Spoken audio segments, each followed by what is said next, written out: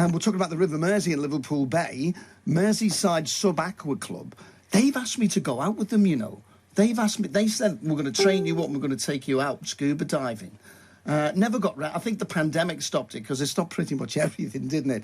So we're going to talk to them a little bit later on, talking about what lies beneath the water in the River Mersey. No, not that. We'll chat to two of the members later this afternoon. Now, our coastal stories theme throughout the rest of July, which there isn't much of it left, but the good news is there's a whole load of August to come, and our coastal stories are going to be on BBC Radio Merseyside. In a couple of minutes' time, fingers crossed, if they surface, see what we did. We're having an issue trying to get hold of them. They're not under the water, are they? Merseyside Sub Aqua Club, and talking about the wrecks of Liverpool Bay, of which I'm sure there are many. So we're going to be talking to Geoff in a couple of minutes' time. And the Sub Aqua Club has been going for many, many years, 70 years. So my first question has got to be, I wonder what it was like diving 70 years ago when, well, there's no other way of putting it, the river was filthy, surely 70 years ago, compared to what it is now. So we're going to be descending the Sub Aqua Club. We're going to talk more about that next, and some of the shipwrecks of Liverpool Bay. It's 25 minutes past 12. Good afternoon. Coastal Stories, bringing you stories from our coast.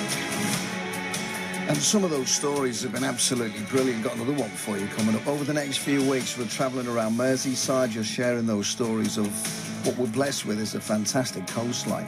And while lots of stories can be found on land, some of the most interesting ones lie beneath the water in the River Mersey and in Liverpool Bay. And one group who've discovered plenty of those stories is Merseyside Sub Aqua Club.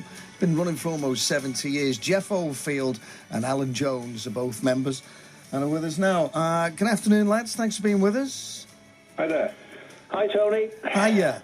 Just give us a little brief about the Sub Aqua Club, its history and how it all started. Who wants to pick up on that one?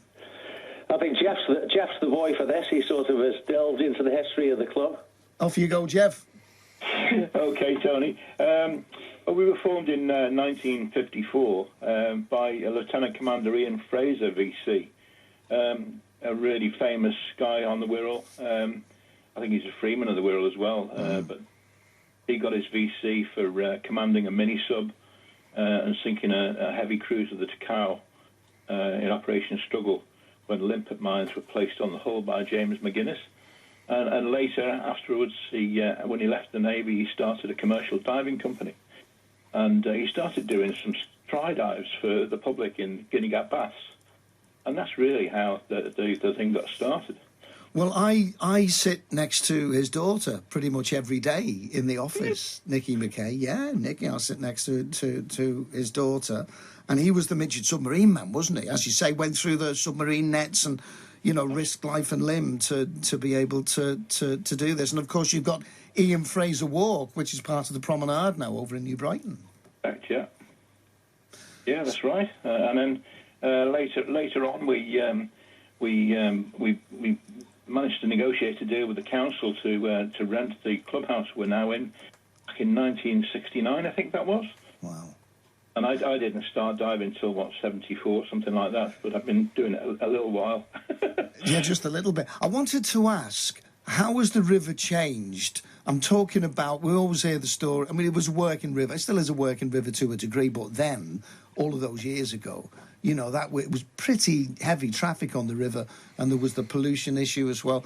How has it changed? What are dives like now compared to, say, 25, 30, 40 years ago? Well, I think 25 years ago was the earliest one that I did in Liverpool Bay. But you know, over the years they've cleaned up the sewage outfall into the river, and that's a lot better. So visibility out there can be really good. Depends on the tide, of course. If you've got big tides, and Liverpool has some of the biggest tides in the world with spring tides, it's like 33 feet, 11 metres. And you get a lot of water movement. Obviously, that disturbs the visibility. But on neap tides, you can get really good visibility. I mean, have like 8 to 10 metres out at 22 miles out on the city of Brussels. So it's been pretty good.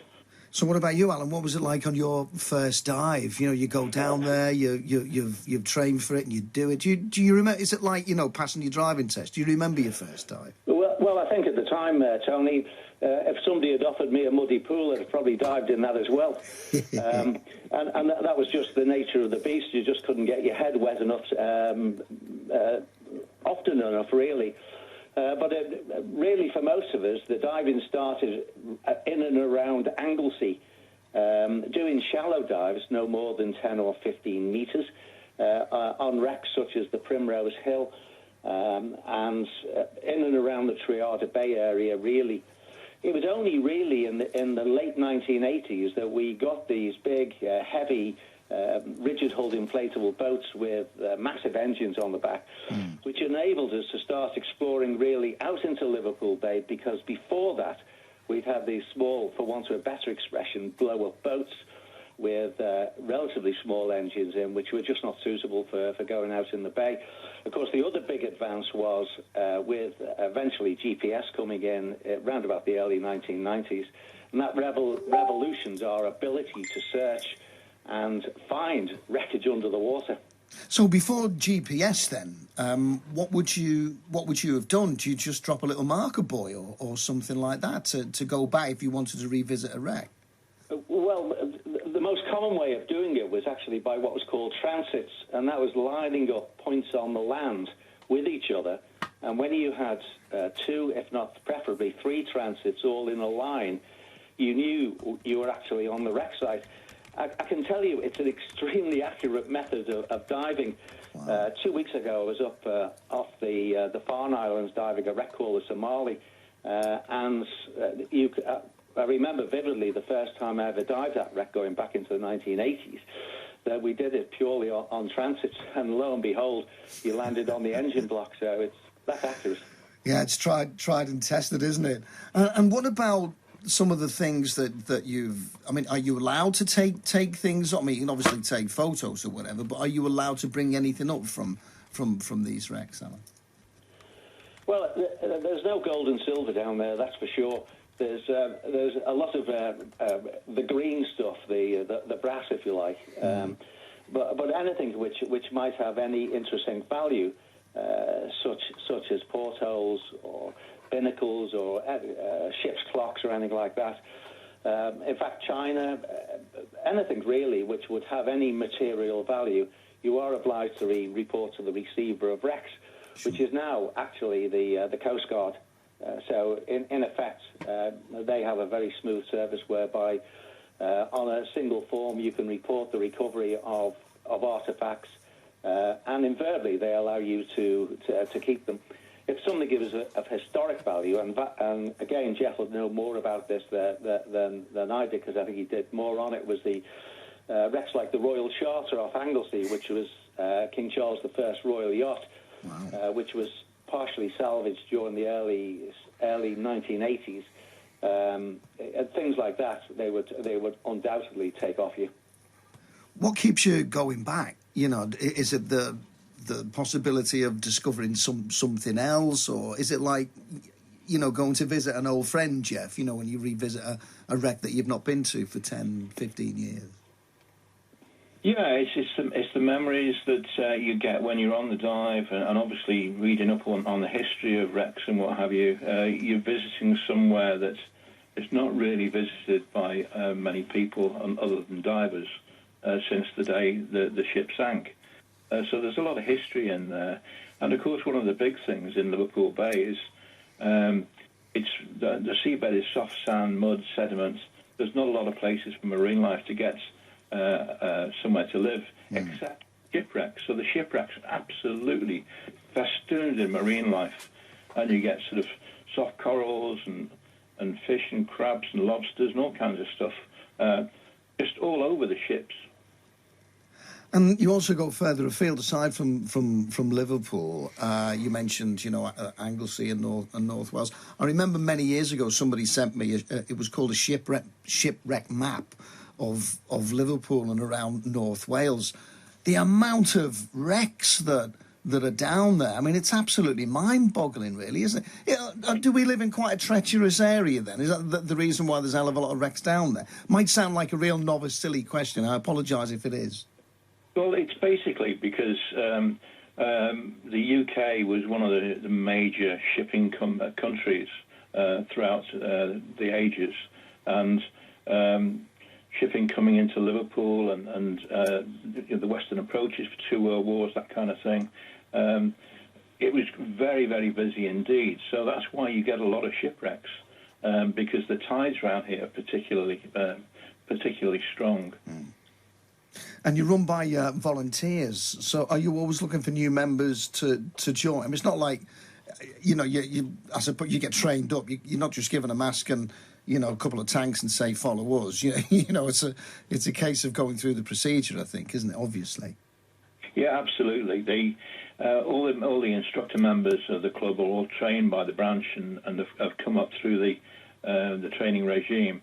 And if anyone joins the club, what we try and do is encourage them to come and have a try dive, where we take them in the pool with a qualified instructor for an hour, and they get a chance to try their buoyancy, breathe from a regulator, and get that sort of thing sorted out. And then once they start on the training is included in the membership fee. They just have to pay for the training materials.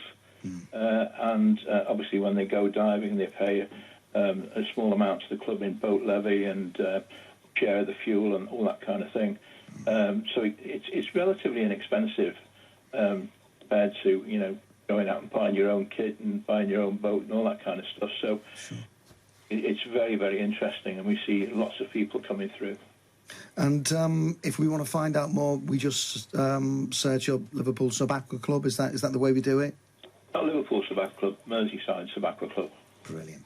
And final question, Alan, I'm going to bring you in. When you go on holiday, do you always book your holiday around somewhere where you can go snorkelling or diving? Well, I have to say I've got a nasty habit of doing exactly that.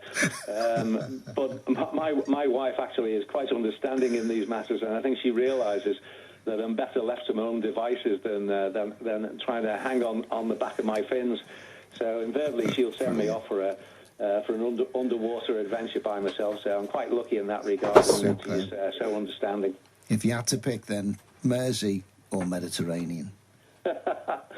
Well, I tell you, the two best areas I ever went to is Truk Lagoon in the Pacific, which Geoff went to as well. Yeah. Which was the Japanese equivalent of Pearl Harbor, when they lost over a 2-day period, over 60 ships were sunk by the Americans.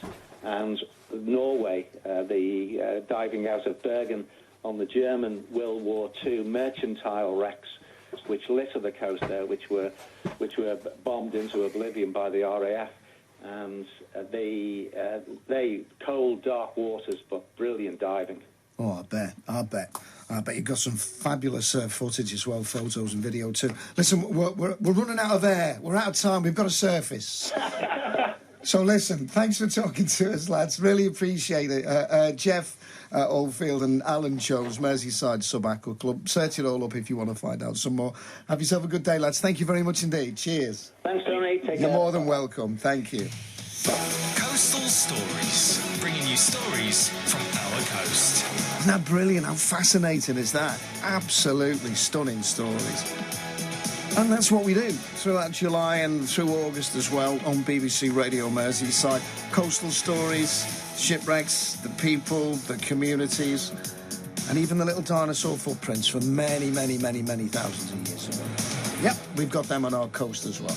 So more on coastal stories on BBC Radio Merseyside over the next couple of days in July and throughout August as well. And don't forget, if you miss any of them, you can always do a little catch-up on BBC Sounds. Snelly, very interesting topic you've just been talking about, also relevant to our area regarding the number of wrecks around our coast, considering by the 1750s, 40% of the world sea trade was sailing in and out of our docks, says John in Bootle.